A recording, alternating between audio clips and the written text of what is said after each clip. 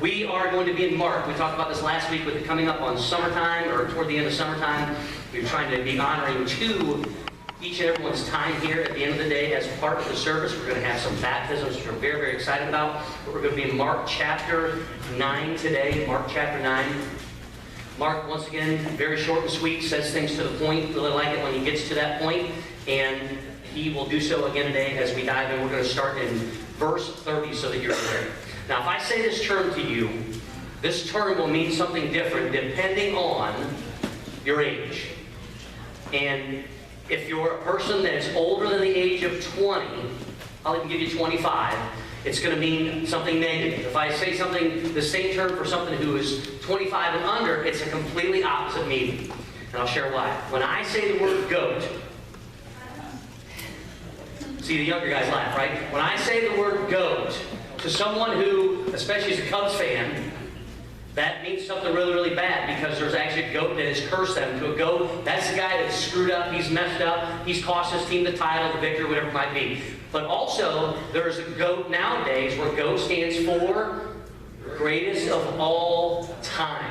And so, as fate would have in the back, you know, the worship guy, the worship leader has to come in and start giving me a hard time. Now, the football season hasn't started, but I've learned in this area, we don't talk religion, right? Because we're relational. God's relational. We don't talk politics. And when the season is coming up, I avoid the NFL as much as possible. Because I am not a fan of the local establishment. However, I don't have any problem if they do well. I'm totally good with that. But I got attacked in the back. We had a discussion, and so I had to go back and forth with him, and I discussed his lovable losers. And guess what the name of his football team is?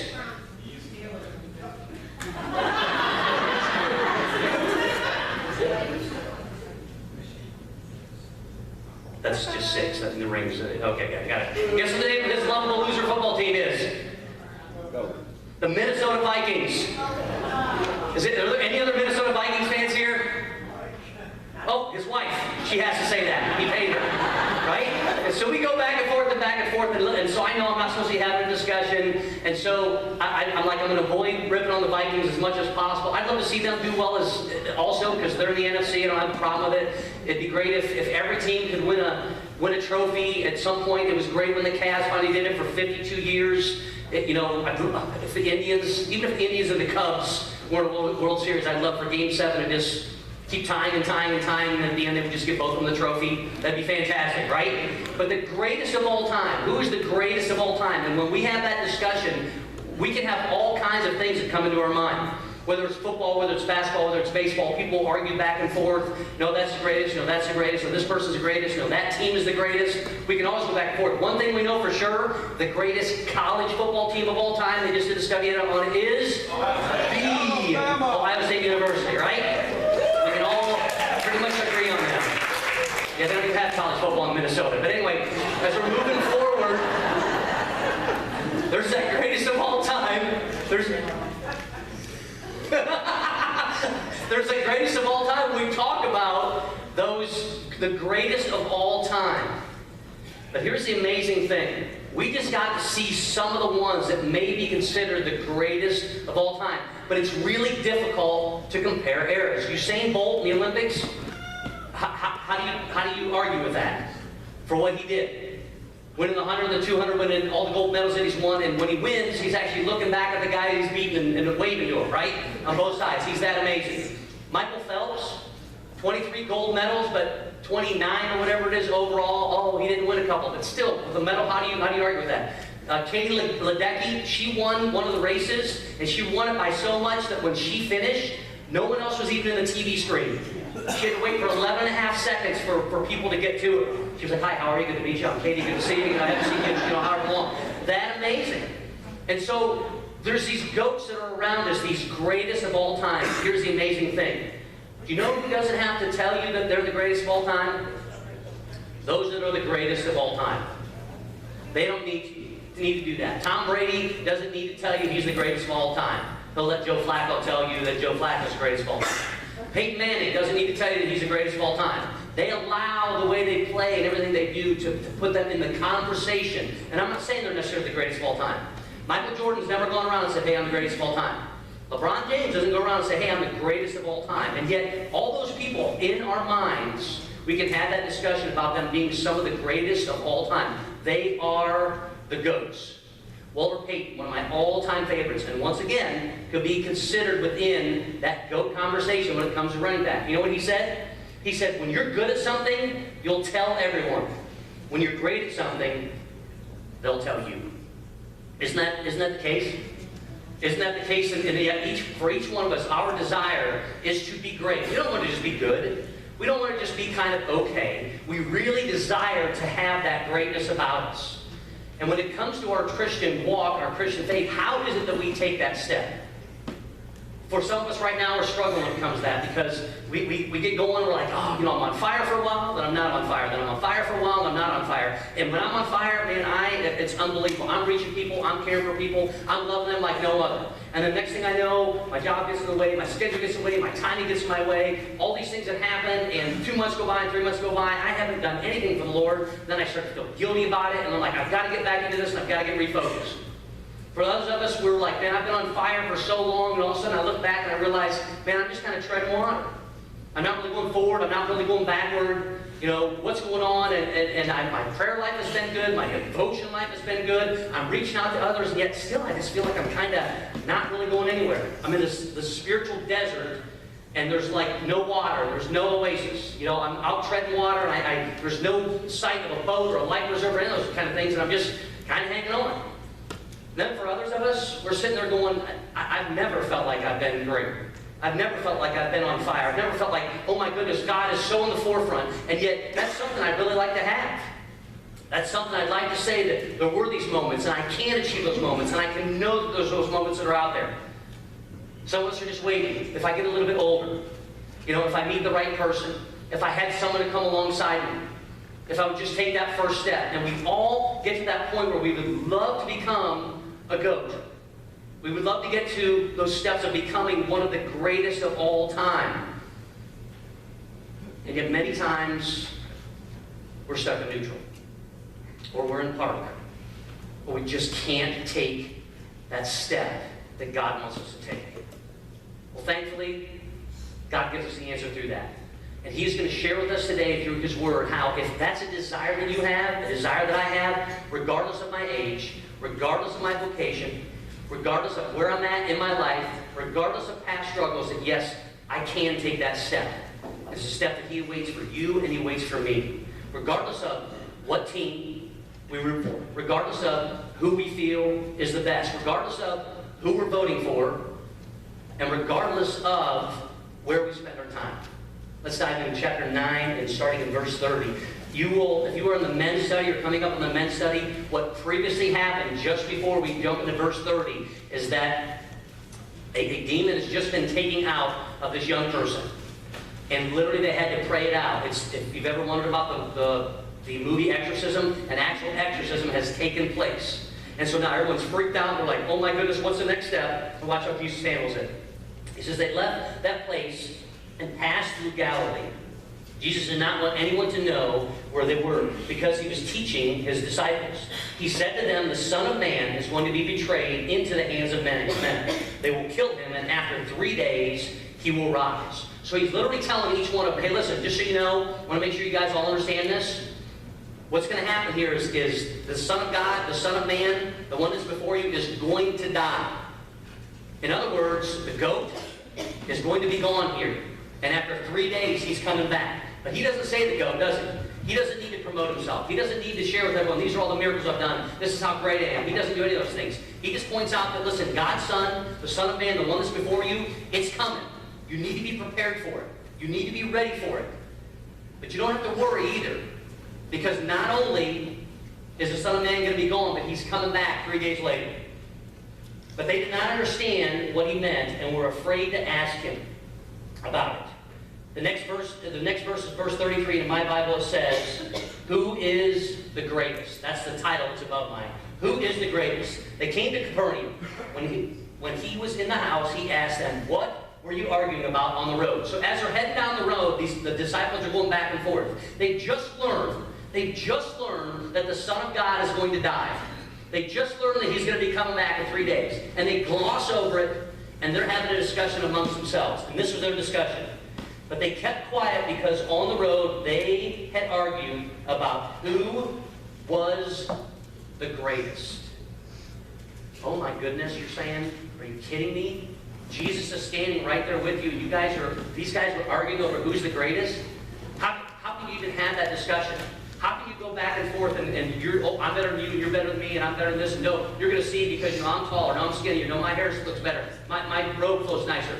All those things, they're going back and forth. I have to be the greatest, I have to be the greatest. I speak better than you, I sing better than you, I pray better than you, I do devotional time better than you, I set time aside for God better than you. They're going back and forth as to who's the greatest. And the first thing that you have to understand is when it comes to our walk, it is not a competition. And once we get into the point where it's all about competing and competing and competing, the competition takes the place for Christ. And it was never meant to be a competition. Heaven is for everyone. Heaven is an invitation for everyone. God's gift is for everyone. It is for all. It is for the entire world. It is for you and it is for me. And as soon as we get into competition, that's where we get ourselves in trouble. And yet for a lot of us, that naturally happens. I've had people that share different things about our church and how, I love, when I come here and the people, how much they love us and how much they pray and all those other kind of things. I walk in, I feel welcome, it's fantastic. And then I sit there and look at me personally, I'm like, well, we have a church of, 200 to 250. And I look at Joel Osteen and he's got a church of 45,000 people. Isn't that amazing? And if you take a look at Joel Osteen, in Houston there's 2.2 million people. And he's got 45,000 of them. So it's roughly 2% of the population are going to see him. If you look at us, let's just say we're at 200. The population of Clinton is 1,200. So we're over 16% of our population. So when I get in that competition between me and Joel, Joel's got some work to do.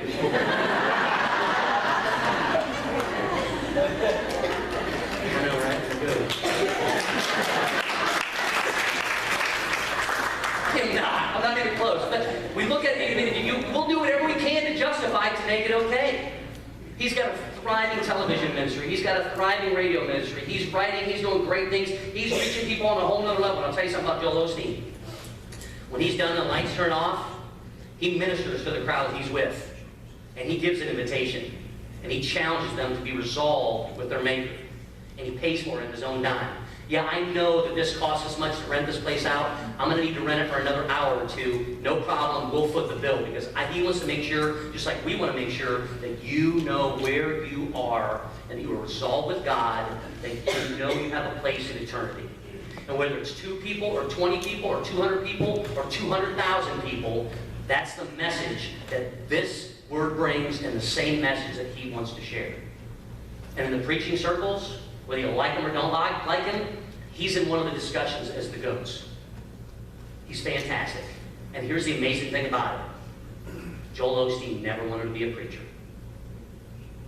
He never wanted to stand up in front of the crowd. He was the guy that was sitting in the back in the sound room, and he was totally content with it. He didn't have a problem pushing the buttons. He didn't have a problem filming his dad in front of everyone. And then one day his dad had a heart attack. They weren't expecting it. And someone had to fill in, and they went to him, and he said, "You are crazy."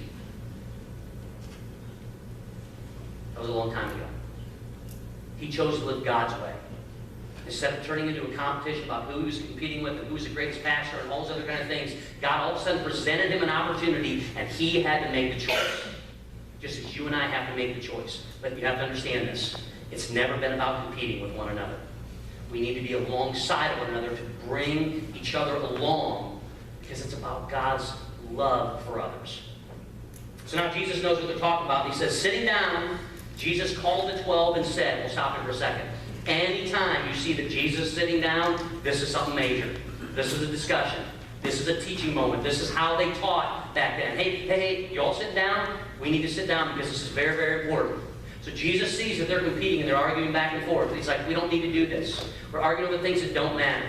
We're arguing over things that you can go on one side and I can go on the other side, and at the end of the day, it really doesn't matter.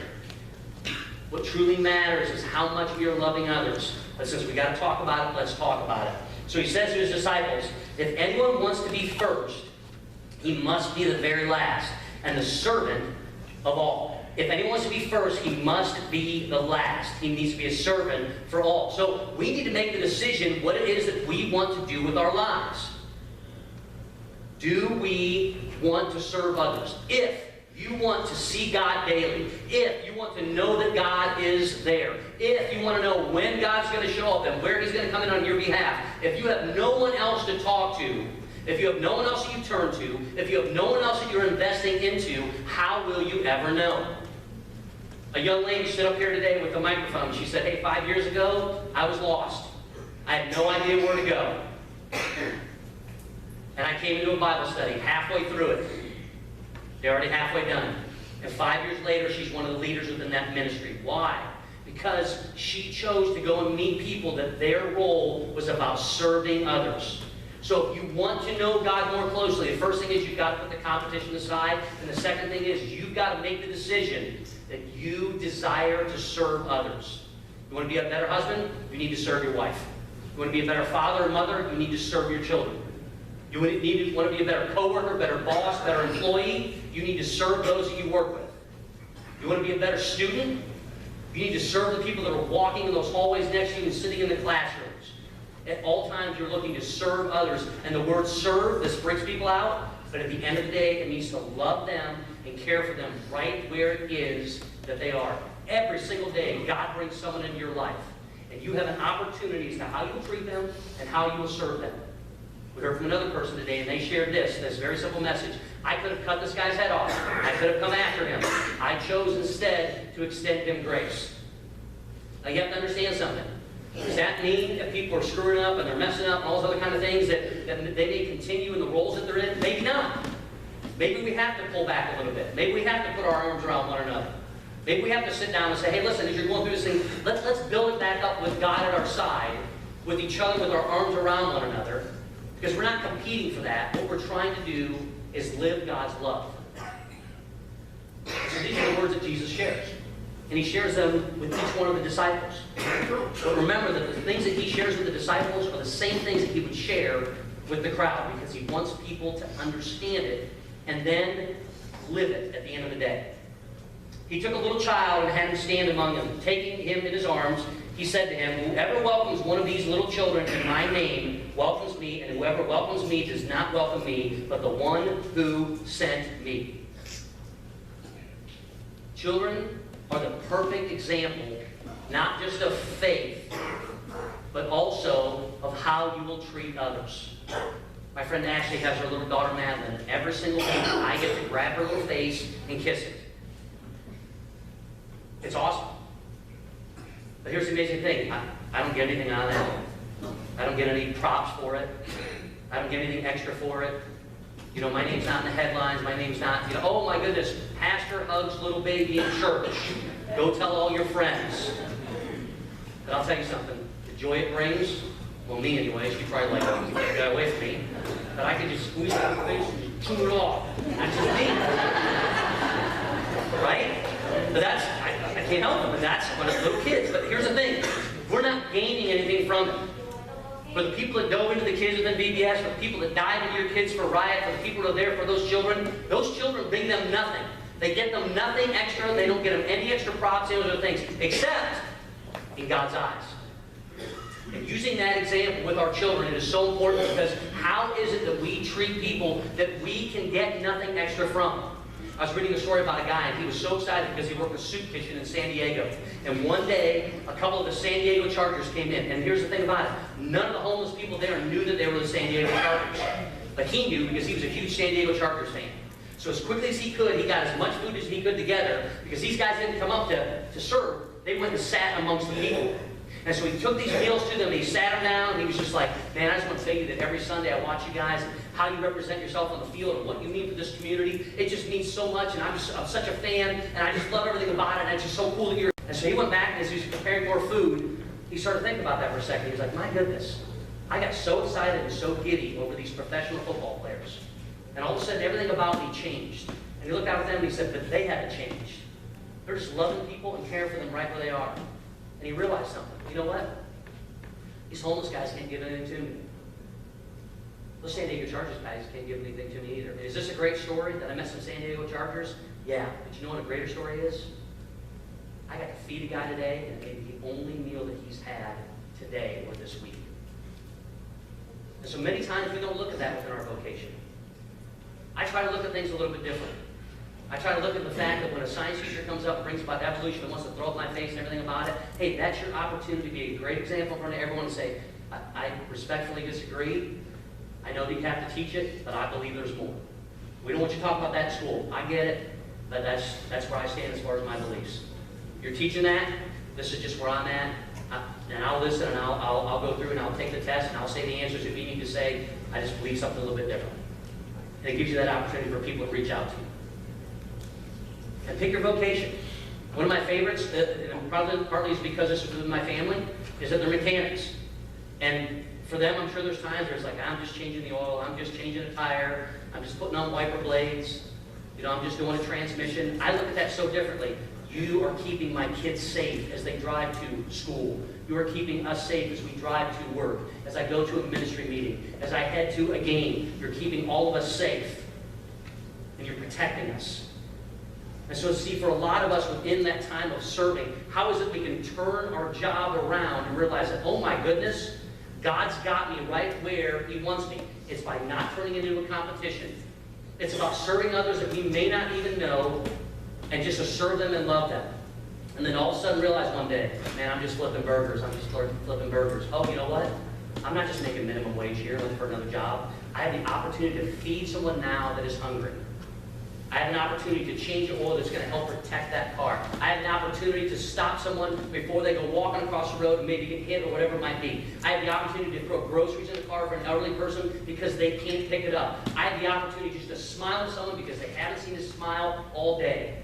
I have the opportunity to lift my wife or lift my husband up with words of encouragement. I have an opportunity to pull my kid aside and say, listen, I noticed that you did that. And it was awesome. And every once in a while, you get an opportunity where you look and you go, okay, to no one else that seemed like anything that God was present. But for us, it was.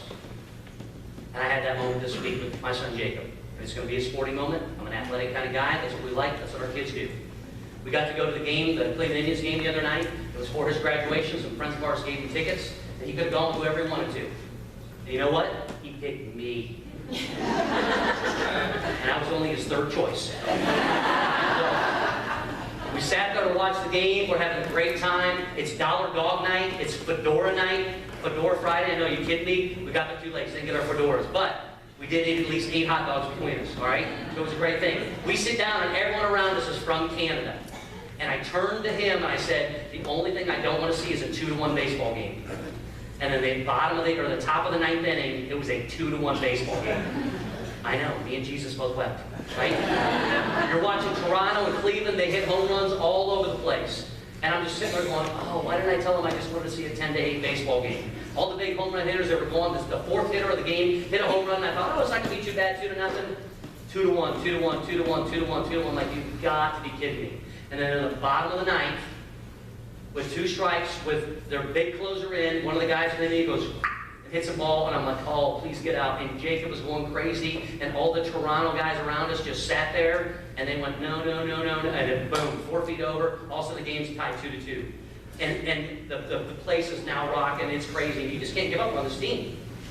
And then the next guy gets up, and Jake told me, because the one guy came to see, he was on the bench today, he's a Snakewind guy. And guess who's up? Naquin. And 2 strikes on him again, and all of a sudden he puts a charge in a ball, and I'm like, that's going to be caught. And the outfielder goes back, and he jumps up, and the ball goes just past his glove, hits the fence, and kicks back in the field of play, and this guy takes off, and he is running. I'm like, he also looks like Usain Bolt running around the base path. And so it's one of those where you're looking for the ball, and looking at him, you're going back and forth, and it's right in front of us. It was like, we've got the perfect view. We're watching, going back and forth, back and forth. The outfielder from the Blue Jays comes and runs to pick up the ball. As he's picking the ball up, he slips and falls. And then instead of looking back at second base, for some reason he looked at left field. I don't know why, because that's where he just came from. He turns and makes the throw. They make the throw home. The guy slides in at home, and the Indians win.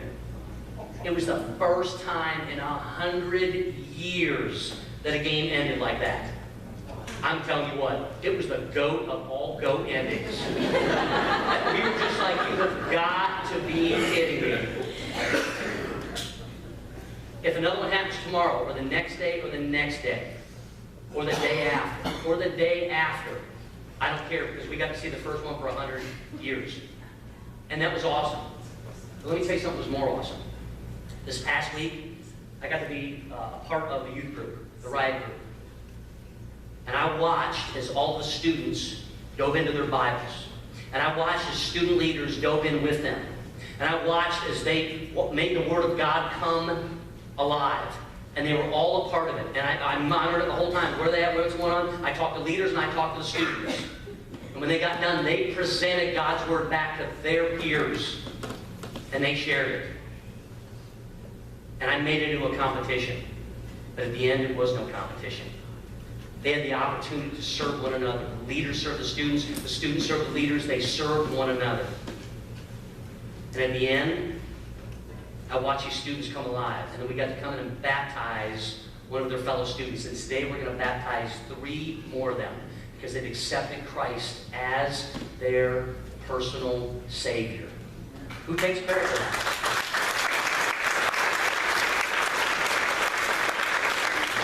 Who takes credit for that? You know who takes credit for it? The people that said, this is not about a competition. People said, I'm going to give my life to serve others. And the people that said, I'm going to learn to look out for those that need it most, which means I'm going to look out for the least. I'm going to look out for the child. I'm going to look out for the divorced mom. I'm going to look out for the single mom. I'm going to look out for the widow. I'm going to look out for the guy that's alone. I'm going to look out for the one that is hurting. I'm going to look out for them. Because in the least, in God's eyes, they are the most. If you would just turn over to one chapter here, chapter 10 in Mark, as he sums it up for us. And this is what he shares with us, starting in verse 40.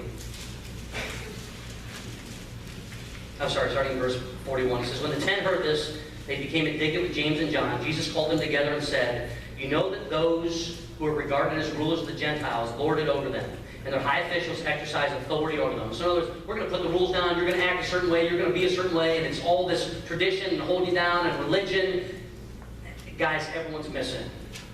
He continues, he says, not so with you. Instead, whoever wants to become great among you must be your servant. If you want to become great, your desire is to become the goat, whether it's in the hallways, whether it's in the classroom, whether it's in your workplace or in your community, wherever it might be, you have to make the decision that you're going to look out for everyone. And that you are going to make the decision to serve others. We're not competing, we're all in this together. But we have to make that decision to walk together, to love those that need it the most. The praise team is going to come up, and as the praise team is coming up, I just want you to close your eyes right where you're sitting and just rest for a second. I want to remind you something. Greatness is not an award that we receive. Greatness is found in the service that we give others every day. Think about that for a second. Close your eyes just right where you're sitting. Just listen to this. Greatness is not an award that you and I receive. Greatness is found in the service that we give others every single day. As the praise team starts here, they're going to play some music, and you're just going to have a couple minutes just to pause for a second. I'm going to have the guys come up that are going to be baptized today. It's going to be 3 of them. Once again, this is going to be part of the service. We're going to send them upstairs so they can get changed. If you guys would just head right through that door right there. There's the Lynn, as you can see on the other side. They're going to get changed, and then we're going to have the baptisms as part of today, because I don't want to separate this from this group that we have here. But before we get there, this is your time. So as Mike and Cody and Corey, as they start to play some, because everything's now officially plugged back in, my bad again, as they start to play some, Mike dropped off this mug that is from Satan. It's a Minnesota Vikings mug. Right over for that. Satan has horns, and the Minnesota Viking guy has horns also. I'll point that out. But as we come, this is your moments.